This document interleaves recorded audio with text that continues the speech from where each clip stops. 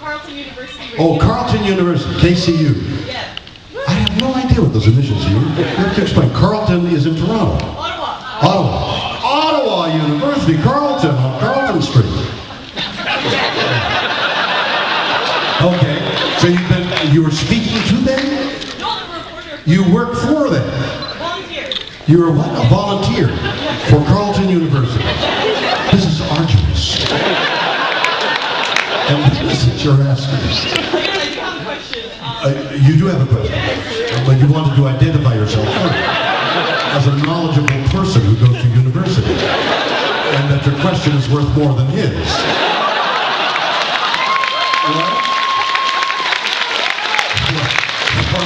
What is it you want to ask? Quickly, because I'm dying here. I've heard there were rewrites on Shit My Dad. Rewrites on did you say shit my dad? Yes.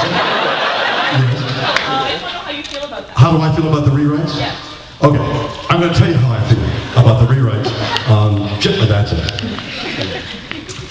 As I mentioned earlier, I work for David Kelly, David E. Kelly, as against plain David Kelly, for 5 years. I met him for breakfast one morning, and he described this role that he wanted to write called Penny Crane, and he would put it in this series called The Practice, which I had never really seen because I don't watch much television because I'm too cool. And he wanted to try it for 6 shows, and the idea of maybe doing something else with it. I said, I'll do 6 shows because I didn't want to do another series because series is a total commitment of time, and generally speaking, all the actors really involved in an hour show lose relationships all over the place. There's no time for a relationship. If the show should last any length of time, almost invariably the relationships you have, whether it's a marriage or friendship or anything, go by the side, lack the importance that it should have because the work is so hard. So, I didn't want to do a series. The question was a rewrite. So, David Kelly apparently wrote 22 episodes of The Practice one year. All 22 scripts, hours. Never done it. Nobody ever writes 22 hours of scripts. He does it. Then he had Ally McBeal series that you may know going at the same time. He wrote all 22 of those. And in the same year, some time ago, he won 2 Emmys. One for drama, one for comedy. He's a genius. And I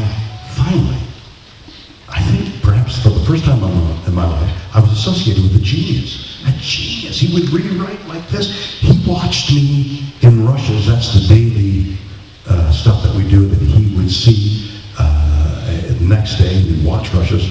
And I began to understand this later. He would see me perform, and then he'd write to the character. So the character was evolving as he would rewrite for me and everybody else, of course, but this crazy character. Well, they asked me to do this situation comedy, and I had never done a situation comedy, and it just seemed like a good idea. The people who are doing it,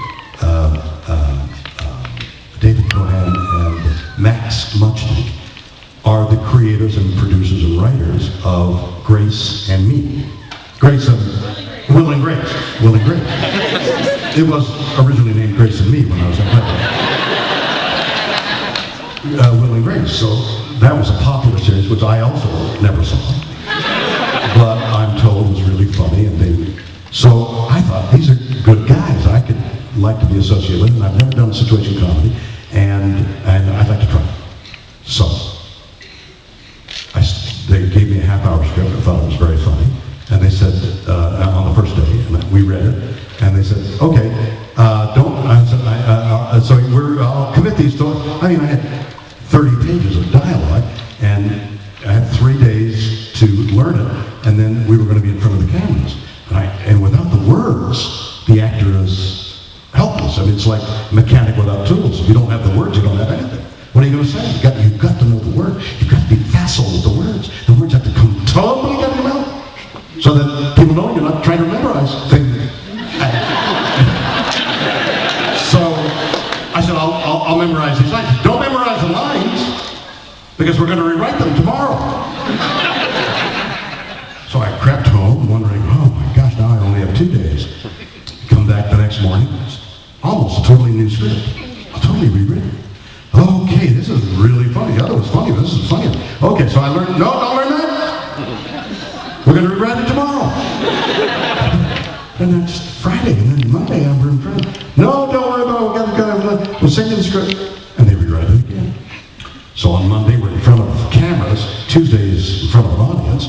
We're in front of cameras. I'm valiantly trying to memorize all these long speeches and be funny. And funny is so delicate. Funny is a sneeze. Funny if you cough. If you in the audience go, you ruin the joke. See what it does? Go. You don't want to play. A laugh is a delicate, ephemeral, mystical, airy, cobwebby thing. Getting a laugh is is brain surgery. That's brain surgery. Brain surgery. So that if you don't know the words, absolutely, intrinsically, you won't get a laugh. And if you don't get a laugh on a situation comedy, so you get on the floor, I got the words, I got Tuesday night in front of an audience. Now suddenly this energy, 400 people are now watching me and the rest of the cast perform, and we're doing the words as best we can, and then they are cut, and suddenly I realized we're not going to do all the scenes together. We do one scene at a time and redo it again and again. So we do the scene, and then cut, okay, we're going to do the scene again, and in comes Max and David, and there's 14 writers. 14 heads are all gathered around in a little scrum, and out pops a joke, which they hand me. All right, here's new words, and just 400 people, and I've got to learn the joke. What are you doing? With a pink tie. Shatner, so I'm just following orders. Wrap this up, and then you're going to go up and sign autographs up on the floor. So when you're done the story. Sorry.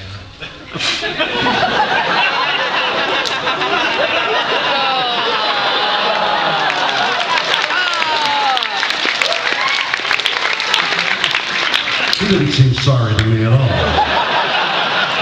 Keep going. So they hand me a joke, and the jokes kept coming, and they were rewriting. Not only did they rewrite on a Wednesday morning and a Thursday morning and a Friday morning, they were rewriting in front of 400 people, throwing in new jokes, whatever they could think of, and every one of them was funny. One laugh after another. They were after the laughs and everything like that, and it was controlled chaos, and it was more fun than I've ever had. And I hope you have the same fun when you watch it. Everybody, thank you so much.